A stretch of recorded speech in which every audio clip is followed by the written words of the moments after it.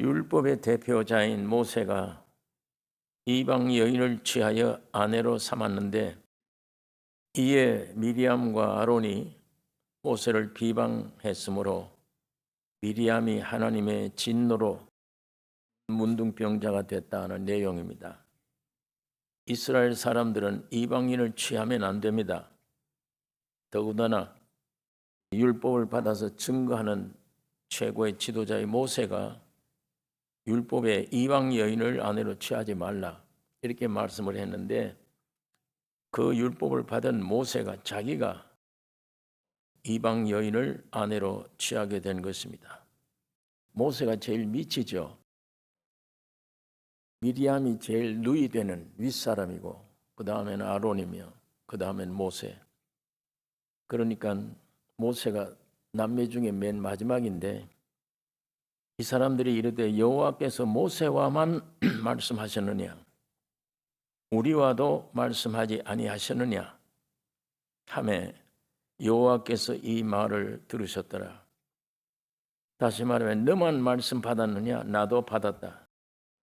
너만 하나님의 빛을 보았느냐, 나도 하나님의 빛을 본 것이다. 아론과 미리암이 그렇게 지금 모세를 대하는 태도입니다. 여기서 우리가 알아야 될 것은, 하나님께서 은혜 받아서 말씀을 전할 수가 있어요. 주님과 직접 성령의 계시로 구원을 얻을 수 있습니다. 또 신비한 경험을 가질 수도 있습니다. 또 내 마음속에 주님을 만남으로 간증을 할 수도 있어요. 또 하나님께 쓰일 수도 있습니다. 간증 가진 사람들, 주님을 만난 사람들은 이 말을 담대히 남에게 알려주기도 하고 성령의 감동으로 주의 일을 할 수도 있습니다. 그러나 하나님의 권위의 신탁이 누구에게나 있는 게 아니에요. 구원 얻었다고 해서 아무나 하나님이 거기다 권위를 신탁 준다 아니고, 이스라엘 민족의 경우에는 모세에게만 하나님의 대표 권위를 주신 거예요. 모세도 처음에는 이스라엘 민족을 구원하라 애굽에 가서, 내 입이 뻣뻣합니다. 내가 말을 잘 못합니다. 이런 말로 자꾸만 가라고 하는 하나님을 믿지 않고 자기를 바라보고 입이 뻣뻣하다, 말을 잘 못한다, 다른 사람을 보내주세요, 이렇게 자꾸만 변명을 하니까 하나님이 아론을 불러서 협력하라고 붙여준 것이지 하나님의 권위자로 세운 건 아니에요. 이들은 마땅히 모세에게 복종했어야 돼요. 성령의 역사를 같이 받아도 이스라엘 민족에 대해서 하나님이 절대적인 권위를 신탁한 것은 모세 한 분뿐이에요. 그런데 이거를 은혜 받은 사람들이, 이런 형과 누이 되는 사람이 우리도 같은 하나님 말씀 받았다, 그거 하나로 모세를 향해서 원망한 겁니다. 어떻게 이방 여자와 결혼하지 말라고 해놓고 너는 이방 여자와 결혼하냐. 미리암이나 아론은 이방 여인의 구실로 사실은 그들 속에 있는 시기요, 일종의 질투입니다. 주도쟁탈이에요. 너 우린 삼인 중에 맨 꼴찌 아니냐. 형도 있고 누나도 다 성령의 은혜를 받은 사람인데 백성들에게 네가 혼자만 왕노릇하는 것 같다. 율법을 어겼다는 말은 표면적인 얘기고, 그 속에 이 아담의 본성, 일종의 시기, 질투라든지 자기도 영광을 얻고자 하는 모세처럼 그런 것들이 사람 육신 속에 있는 것을 여기 표현하는 내용들이에요. 일종의 육신의 교만을 나타내는 것임을 알 수가 있습니다. 이게 사람들이 모이면 꼭 그래요. 교회 안에도 마찬가지예요.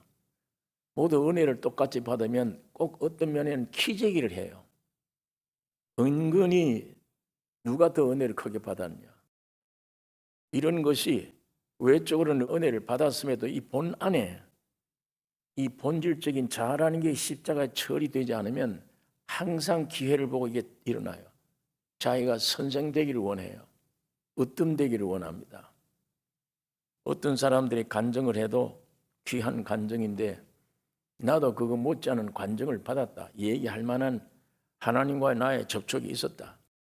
이걸 알리기를 원하고, 이게 아론과 미리암만이 아니라 오늘 우리 인간 아담 속에 이것들이 숨어 있는 것입니다. 이번 이 사건으로 분명히 모세가 잘못한 것 같잖아요. 자기가 받은 율법 안에 이방 여인은 절대 결혼하지 마라. 이게 율법인데 그거를 주장하는 사람이 자기가 이방 여자를 아내로 취했으니까. 그런데 하나님도 모세를 인정하며 미리암에게 오히려 심판을 내리신 겁니다. 하나님은 아브라함이나 모세, 요셉 같은 지도자들을 통해서 구약 시대뿐 아니라 이 은혜 시대 이방인들이 구원 얻을 하나님의 섭리, 하나님의 역사를 모형으로 많이 보여준 것이 구약 성경에 많이 나타나 있어요. 요셉도 요셉의 일생을 통해서 예수 그리스도가 누구이심을 모형으로 보여주는 생애입니다. 형제들에 의해서 은 20에 이방에 팔려갔어요. 요셉이가 이방 나라에 가서 높은 주권자가 됐죠. 애굽의 총리가 됐습니다. 그 후에 이방인의 아내를 얻은 거예요. 이것은 예수 그리스도의 모형입니다. 예수 그리스도가 유대인 형제들에게 미움받아 은 30에 팔렸어요. 십자가에 죽으시고 부활 승천하셔서 참 왕이 되신 이후에 이방인들의 이 교회가 탄생된 겁니다. 이 교회는 예수 그리스도의 아내예요. 유대인들이 아니잖아요. 오늘 여러분 만나는 이방인들입니다. 교회는 예수 그리스도의 아내예요. 하나님의 아들 예수도 유대인이면서도 이방인을 아내로 삼은 게 돼요. 결과가. 하나님의 섭리는 절대 이스라엘 민족이 우수한 민족이 아닙니다. 택한 민족은 우수한 민족이기 때문에 아니고 이스라엘 민족을 통해서 온 인류를 구원하기 위한 섭리, 경륜. 거기에서 하나님과 이스라엘 민족과의 대화 속에 인류가 구원될 것. 이스라엘 민족만 특수한 민족이 아니라 인류를 구원하기 위해서 교관으로 뽑힌 사람들입니다. 그렇기 때문에 이방인들 앞에서 만일 유대인들이 잘못하면 이방인도 받지 못한 벌을 받게 돼요. 비참한 벌을 받게 됩니다. 그러나 하나님 말씀을 순종하면 어떤 이방인보다도 훌륭한 축복 속에 살아요. 항상 으뜸 속에 살아요. 모형입니다. 모세도 같은 형제들에게 버림받았어요. 애굽에서. 이스라엘 사람이 애굽 사람에게 매맞는 걸 보고 싸움 말리기도 하고 나중에 애굽 청년을 죽였습니다. 누가 이 미디안을 쫓아내냐? 같은 동족이에요. 이스라엘 사람들이 모세를 쫓아낸 거예요. 너는 어제는 이렇게 하더니 오늘은 또 이렇게 하느냐 하면서 그 멀리 미디안 광야로 가서 도망한 후에 이방 여인을 아내로 삼았어요. 이 일에 대해서 친형제인 미리암과 아론이 지금 비방한 내용입니다. 그러므로 모세가 이방 여인을 취한 것은 하나님의 섭리를 따르는 것입니다. 이스라엘 민족이 알지 못하는 최고의 높은 위치에 하나님과만 비밀리에 대화할 수 있는 그 위치에 올라가 있는 그 특권은 모세뿐이에요. 거기에 하나님과 교제하는 속에 하나님의 깊은 섭리를 알아요. 아, 유대인만이 아니구나.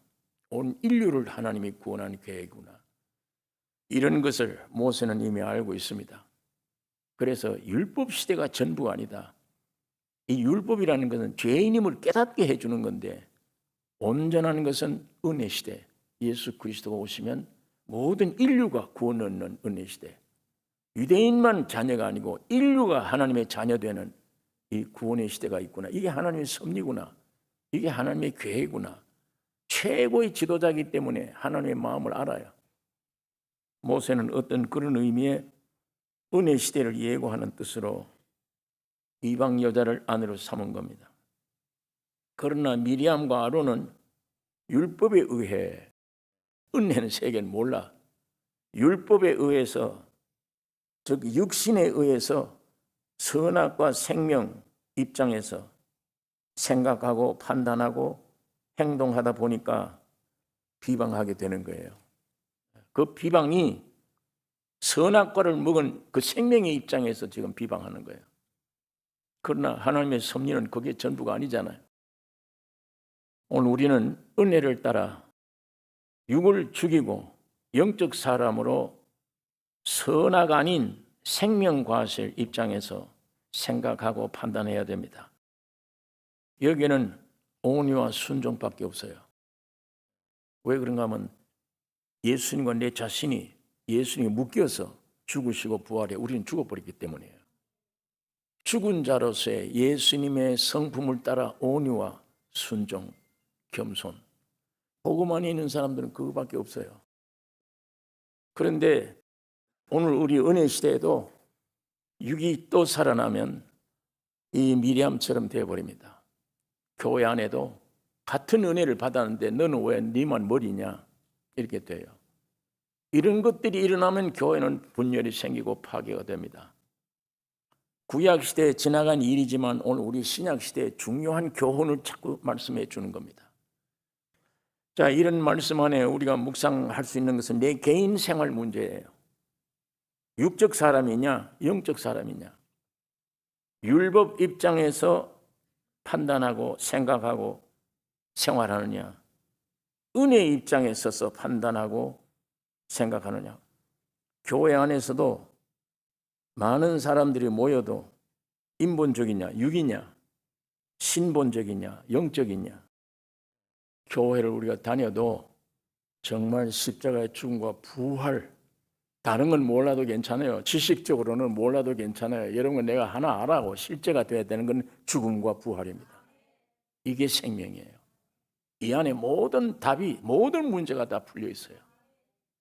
십자가의 죽음과 부활. 하나님이 사람 되셨다. 피조가 됐다. 피조의 대표예요. 여러분이 되신 거예요. 함께 죽고 부활했다.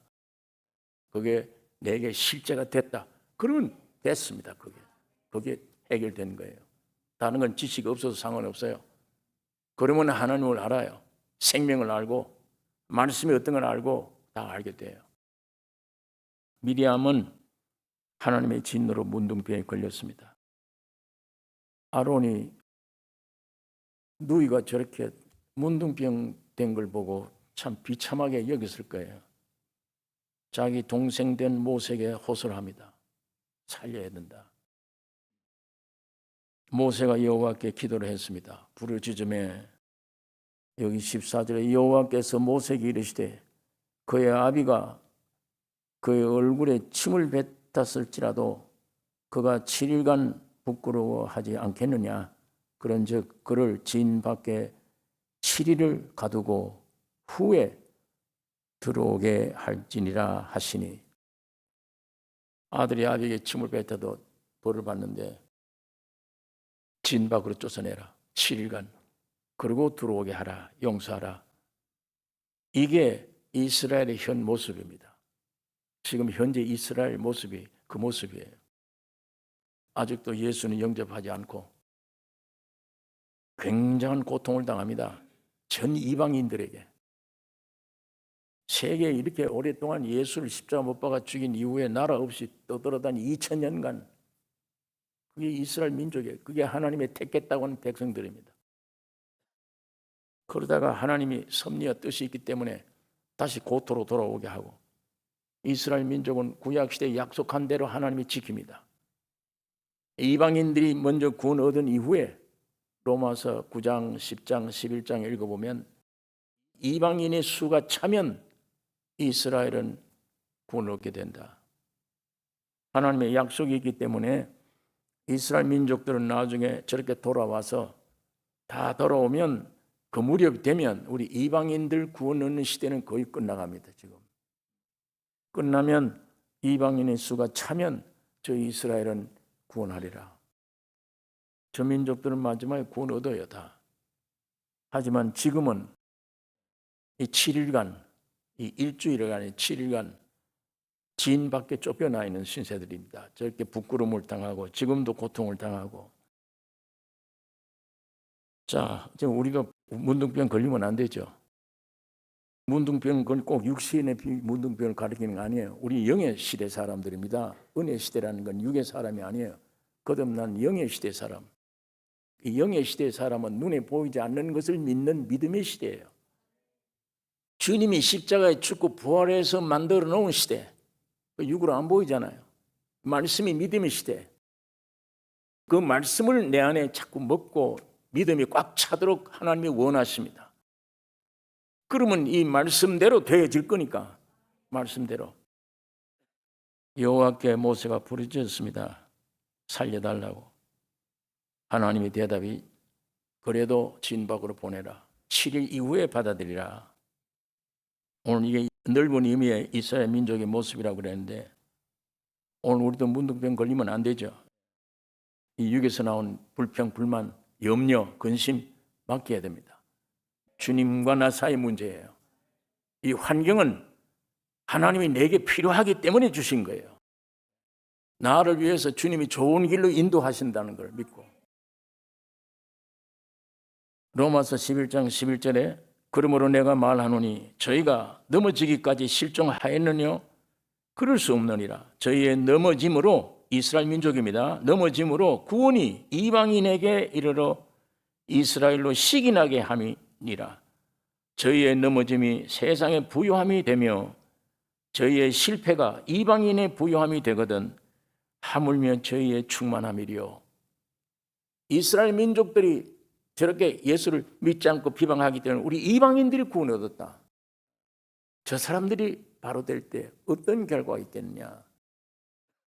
25절에는 형제들아 너희가 스스로 지혜 있다 함을 면키 위하여 이 비밀을 너희가 모르기를 내가 원치 아니하노니 이 비밀은 이방인의 충만한 수가 들어오기까지 이스라엘의 더러는 완악하게 된 것이라. 그리하여 온 이스라엘이 구원을 얻으리라. 30절 31절에는 보면 이와 같이 이방인들이 구원 얻은 다음에 유대인들도 마지막 회개하고 율법 아닌 이방인처럼 하나님의 긍휼과 사랑으로 은혜를 입게 되는 것을 여기 성경이 말씀을 하고 있습니다. 미리암이 나중에 구원을 얻었어요. 구원을 얻은 다음에 거기서 떠나서 또 직문을 합니다. 그러므로 육은 끝까지 회개에 뉘우치고 십자가에 버려야 돼요. 새 생명 따라서 순종해야 되는 것입니다. 오늘 이 말씀 안에 기도 제목을 가지시길 바랍니다.